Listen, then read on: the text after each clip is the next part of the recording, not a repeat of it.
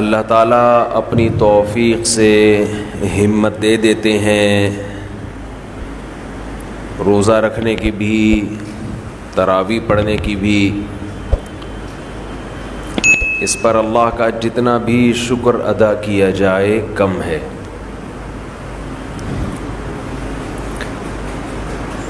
لئن شکرتم لأزیدنکم ولئن کفرتم ان عذابی لشدید۔ فرمایا اگر شکر کرو گے تو میں اپنی نعمتوں میں اضافہ کروں گا، اور اگر ناشکری کرو گے تو میرا عذاب بہت سخت ہے۔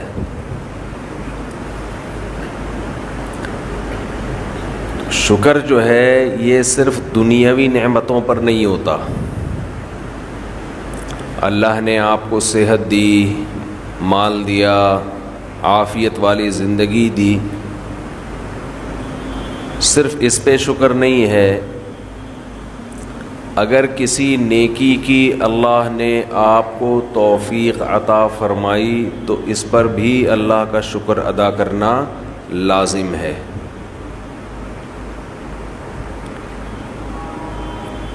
رمضان میں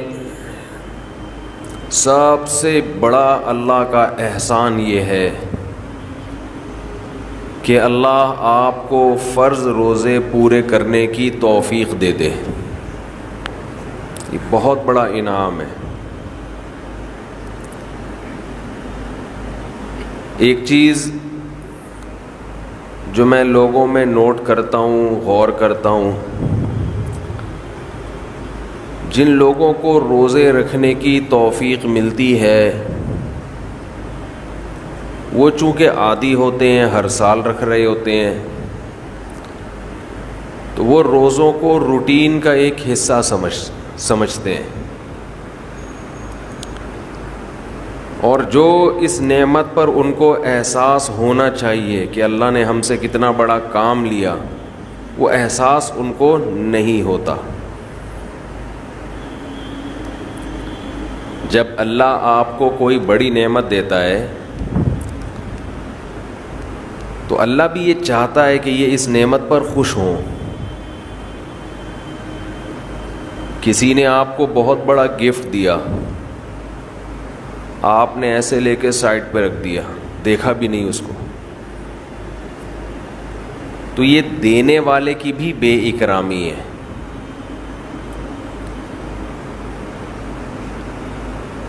تو جیسے اللہ یہ چاہتے ہیں کہ لوگ گناہوں پہ خوف زدہ ہوں، گناہ کر کے ندامت ہو، جرم کا احساس ہو، اسی طرح اللہ یہ چاہتے ہیں کہ نیکی کر کے ان میں شکر کا جذبہ پیدا ہو، خوشی محسوس ہو۔ اگر کوئی شخص گناہ کرتا ہے تو جس کا آخرت پر یقین نہیں ہے اسے گناہ کر کے کبھی بھی شرمندگی محسوس نہیں ہوگی، وہ کرتا چلا جائے گا۔ لیکن اگر آپ گناہ کرنے کے بعد شرم محسوس کرتے ہیں، ندامت ہوتی ہے، تو یہ ایمان کی علامت ہے، آخرت پر یقین کی علامت ہے، اللہ کے وجود کے یقین کی علامت ہے۔ بالکل اسی طرح اگر نیکی کر کے خوشی محسوس ہوتی ہے تو یہ بھی ایمان کی علامت ہے، خوشی کی، یہ بھی آخرت پر یقین کی علامت ہے۔ اور اس کا ایک دنیا میں فائدہ یہ ہوتا ہے کہ اس سے مزید نیکی کی توفیق ملتی ہے۔ رمضان میں شیطان ایک دھوکہ یہ دیتا ہے کہ آپ نے اگر روزے رکھے ہیں تو کون سا تیر مار لیا، ساری دنیا روزے رکھ رہی ہے۔ یہ شیطان کا بہت بڑا حملہ ہے۔ میرا معاملہ یہ ہے، الحمدللہ ہم سب روزے رکھتے آ رہے ہیں بچپن سے ہی، جب سے بلوغت کی دہلیز پہ قدم رکھا ہمارے گھر میں روزے کا معمول تھا، روزہ چھوڑنے کا تصور نہیں تھا، اب بھی نہیں ہے، پہلے بھی نہیں تھا، تو رکھتے آ رہے ہیں بچپن سے، بلکہ جب بالغ نہیں تھے اس وقت بھی رکھتے تھے، ہمارے بچے اب بھی رکھ لیتے ہیں، تو منع کرنا پڑتا ہے کہ بھائی نہیں رکھو، بچوں کو تو شوق ہوتا ہے کہ رکھنا ہے۔ تو الحمدللہ معمول ہے، لیکن اس کے باوجود میں یہ سوچتا ہوں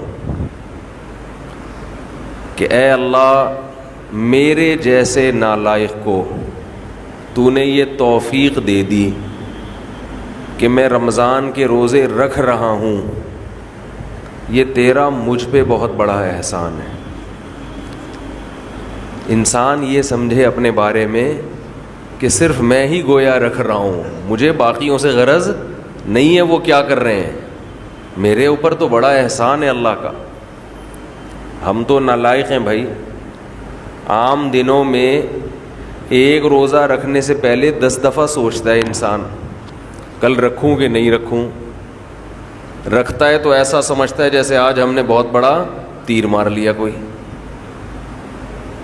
اور رمضان آتا ہے، ہم جیسے مجھ جیسے نالائق کو اللہ توفیق دے دیتا ہے 29 یا 30 روزے رکھنے کی، 30 کی تو 15 سال ہو گئے، کوئی رپورٹ ہے ہی نہیں، 29 ہی ہوتے ہیں پاکستان میں، 29 روزے رکھنے کی اللہ ہم جیسے نالائقوں کو توفیق دے دے، تو بھائی میں تو اپنا معاملہ اللہ سے دیکھتا ہوں کہ مجھ سے تو نے اتنی بڑی نیکی کروا لی، مجھے کیا پتا بھائی قدیر بھائی کیا کر رہے ہیں، شاکر بھائی کیا کر رہے ہیں، رفیع بھائی ہیں، یہ تو روزہ رکھ کے پتہ ہی فرق ہی نہیں پڑتا ماشاءاللہ، روزے میں بھی ایسے ایسے گھوم رہے ہوں گے یوں کر کے، آپ دیکھ لیں کبھی ان کو آ کے روزہ رکھ کے نا عصر کے وقت سب مرجھائے ہوئے ہوتے ہیں، کراچی میں جیسی گرمی ابھی شروع ہو گئی ہے تو رفیع بھائی نہیں ماشاءاللہ مرجھائے ہوئے ہوتے ہیں، ان کو پتہ نہیں کچھ اللہ نے الگ سے کوئی انرجی دی ہے، رکھتے ہیں، آپ بدگمان نہ ہو بعض دفعہ انسان اتنا فریش ہوتا ہے کہ لوگ سمجھتے ہیں کہ اس کا ہے ہی نہیں، یہ ہمیں یقین ہے کہ رکھتے ہیں۔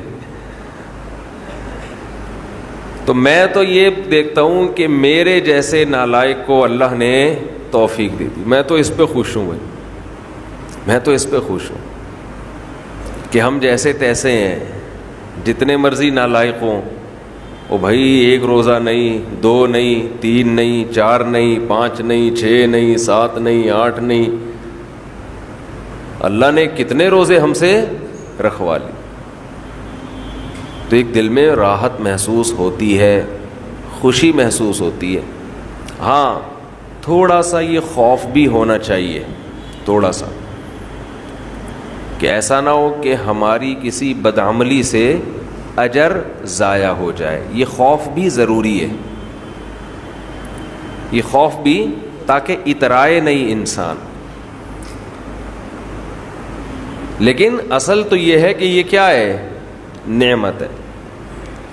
ہمارے نبی صلی اللہ علیہ وسلم سے بھی ثابت ہے، ہمارے نبی اپنے آپ کو موٹیویٹ کرتے تھے روزہ رکھ کے، اپنے آپ کو موٹیویٹ کر رہے ہیں، اپنی حوصلہ افزائی کر رہے ہیں۔ کیسے حوصلہ افزائی؟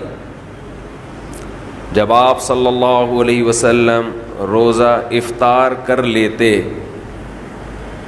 کیسے انسان کو خوشی محسوس ہوتی ہے نا۔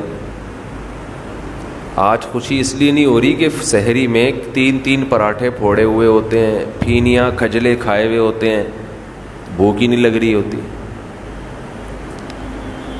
وہ تہ جو بیٹھنا شروع ہوتی ہے عصر مغرب میں جا کے، تو وہ جو ڈکاریں، اکثر لوگ مجھ سے رمضان میں یہ پوچھ رہے تھے کھٹی ڈکاریں نگلنے سے روزہ تو نہیں ٹوٹتا؟ ایسا لگتا ہے ہر آدمی کھٹی ڈکاریں ہی نگل رہا ہے سارا دن بیٹھ کے، کیونکہ ہر آدمی یہ مسئلہ پوچھ رہا ہوتا ہے کھٹی ڈکاریں نگلنے سے روزہ تو نہیں ٹوٹتا۔ ابے بھائی تو کیا ڈکاروں کے علاوہ اور کوئی کام نہیں ہے کیا؟ بہرحال یہ تو میں ایسے ہی کہہ رہا ہوں، لیکن جتنا مرضی 3 یا 4 بھی کھا لو تو بھی بہرحال انسان ایک مجاہدہ کرتا ہے. تبھی تو دنیا پرست آدمی ایک روزہ بھی نہیں رکھتا. ہٹے کٹے لوگ دیکھے ہم نے، ڈاکٹروں نے ان کو کہا ہوا بھی ہے کہ تم نہیں کھاؤ، تمہارے لیے کھانے کے علاوہ دنیا کا ہر کام تم پہ سوٹ کرتا ہے، پھر بھی روزہ نہیں رکھتے. ان سے نہیں رہا جاتا 2-4 گھنٹے بھی کچھ کھائے پیے بغیر. ان کو چائے چاہیے، ان کو گٹکا چاہیے، ان کو پان چاہیے، ان کو نسوار چاہیے، ان کو روٹی چاہیے، ان کو کچھ نہ کچھ جانوروں کی طرح جگالی کرنے کے لیے چاہیے کہ منہ گھومتا رہے ان کا. ہے روزہ خور، آپ دیکھ لو، کھا رہے ہیں، ان سے نہیں برداشت ہوتا. گھر میں سب کا روزہ ہوتا ہے، بوڑھوں نے رکھا ہوا ہوتا ہے. لوگ ہمیں آ کے بتاتے ہیں سب کا روزہ ہے، ایک نالائق بیٹا ہے، ہٹا کٹا جوان، اس سے نہیں رکھا جاتا. گھر میں نحوست کا ذریعہ بنا ہوا ہے.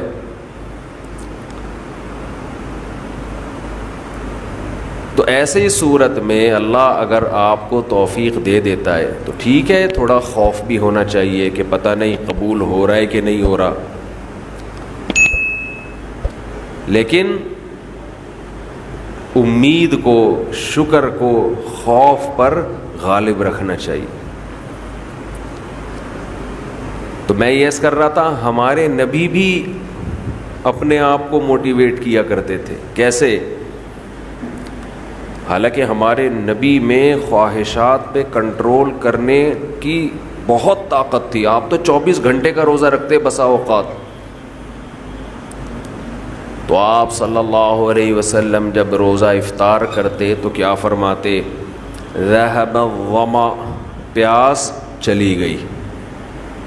ذہب الظما، پیاس چلی. تھوڑی دیر کی ٹینشن تھی، ہمارے اللہ نے وہ پریشانی ختم کر دی. وَبَتَلَّتِ الْعُرُوقُ، رگیں تر ہو گئیں. جو خشکی جسم میں تھی، ایک چہرے پہ انسان کے خشکی پیدا ہو جاتی ہے نا، تو آپ صلی اللہ علیہ وسلم فرماتے ابتلت العروق، رگیں تر ہو گئی. یہ دنیاوی ٹینشن جو تھوڑی دیر کی تھی یہ بھی اللہ نے ختم کر دی. وَثَبَتَ الْأَجْرُ إِن شَاءَ اللَّهُ، اور اللہ نے چاہا تو اجر ہمارے نامہ اعمال میں لکھ دیا گیا. یعنی یہ ہمارے لیے کتنی خوشی کی بات ہے کہ ہمارے رب نے ایک نیکی ہم سے کروا کے جو پریشانی تھی وہ بھی ختم کر دی، اور نیکی کا ثواب ہمیشہ کے لیے ہمارے اعمال میں درج کر دیا. جب انسان گناہ کرتا ہے تھوڑی دیر کی لذت حاصل ہوتی ہے، یہ لذت تھوڑی دیر بعد ختم، اور نحوست اور گناہ اور اس کا عذاب آپ کے اعمال میں ہمیشہ کے لیے لکھ دیا گیا. ایسا ہوتا ہے کہ نہیں ہوتا؟ بد نظری ہے، انٹرنیٹ پر کوئی فحش چیز دیکھ رہے ہو، زنا کر رہے ہو، کچھ حرام کھا رہے ہو، تھوڑی دیر کا گناہ ہے، لذت تھوڑی دیر کی ہے، مزہ تھوڑی دیر کا. کوئی گناہ ایسا نہیں ہے جس میں ہمیشہ کا مزہ ہو. اللہ نے انسان کی خواہشات کو محدود اور صلاحیتیں بھی محدود.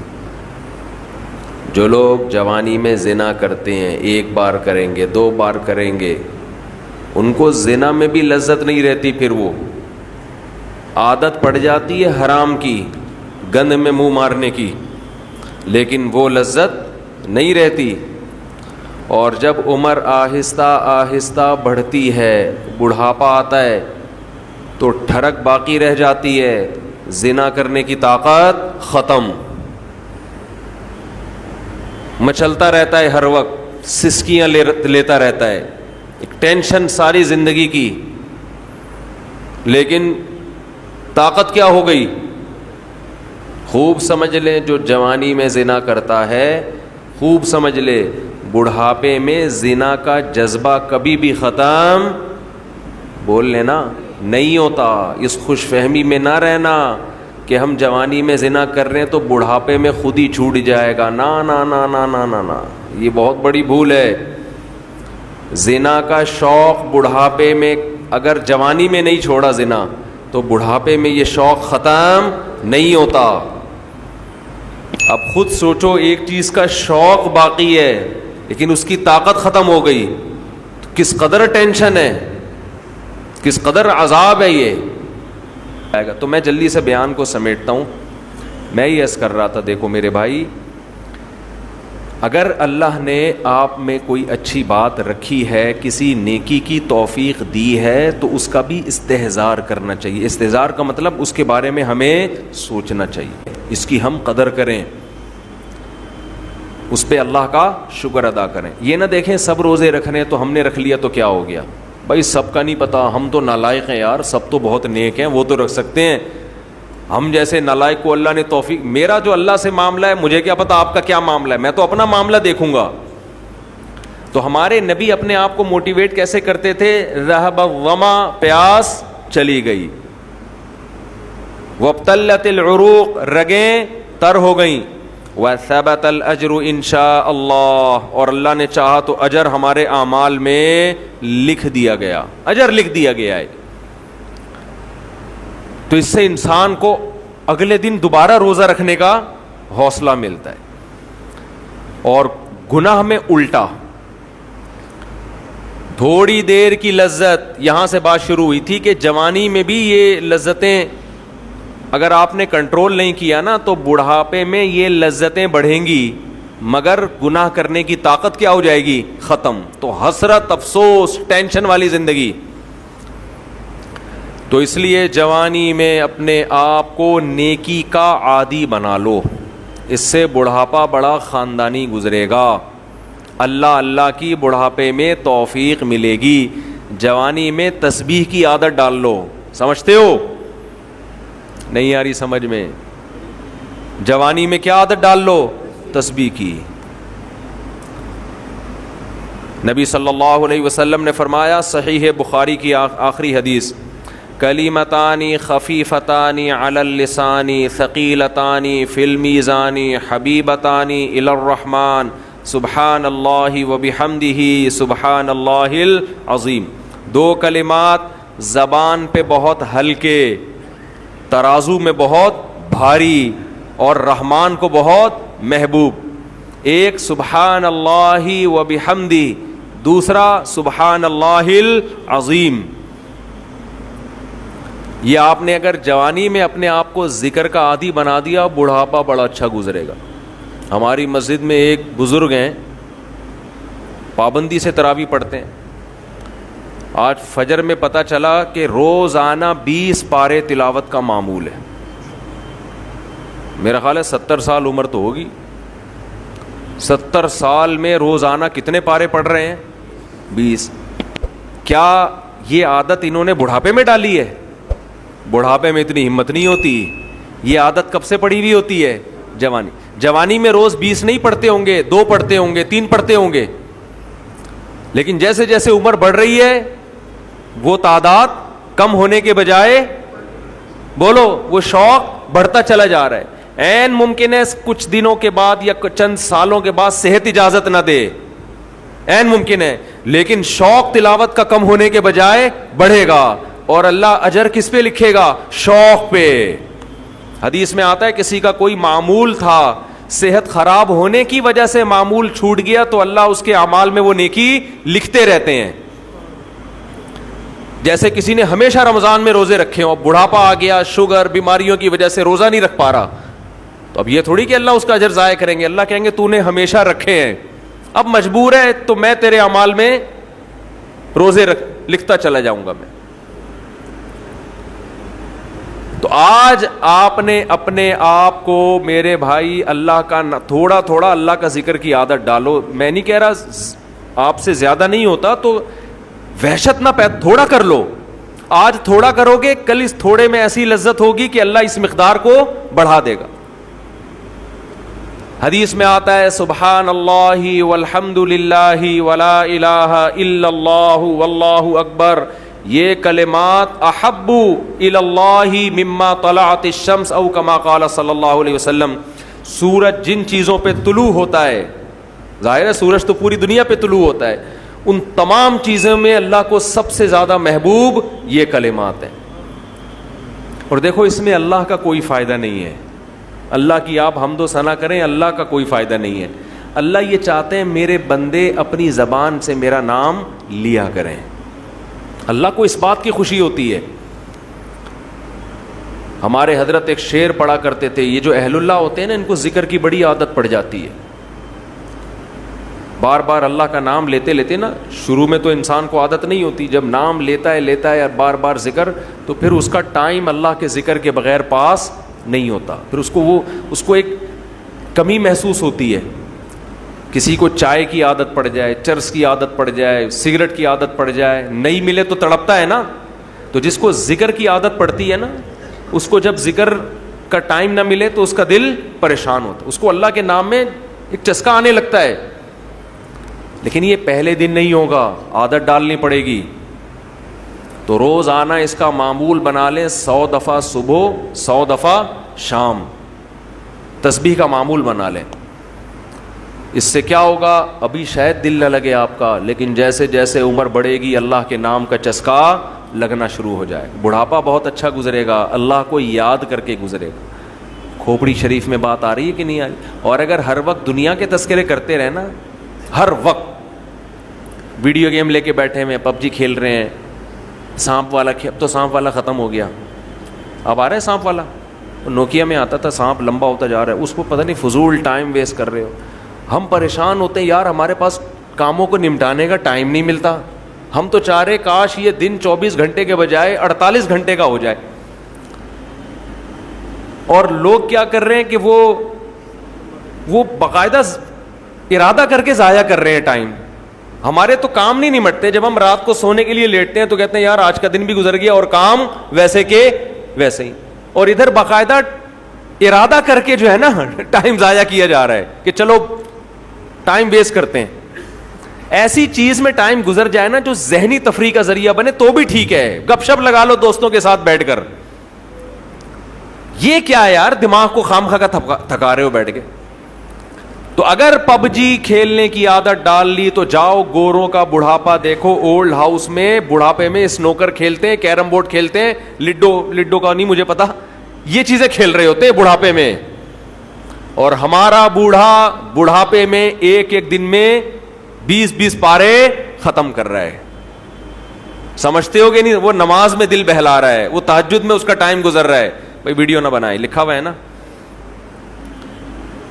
تو یہ کیسی عجیب بات ہے، آپ جائیں وہاں، ایک صاحب نے مجھے کہا کہ میں نے یورپ میں بڈھی عورتوں کو دیکھا، بڈھی عورتیں 5-6 بڈھی عورتیں بیٹھی ہوئی اور جوا کھیل رہی ہیں، تاش کھیل رہی ہیں۔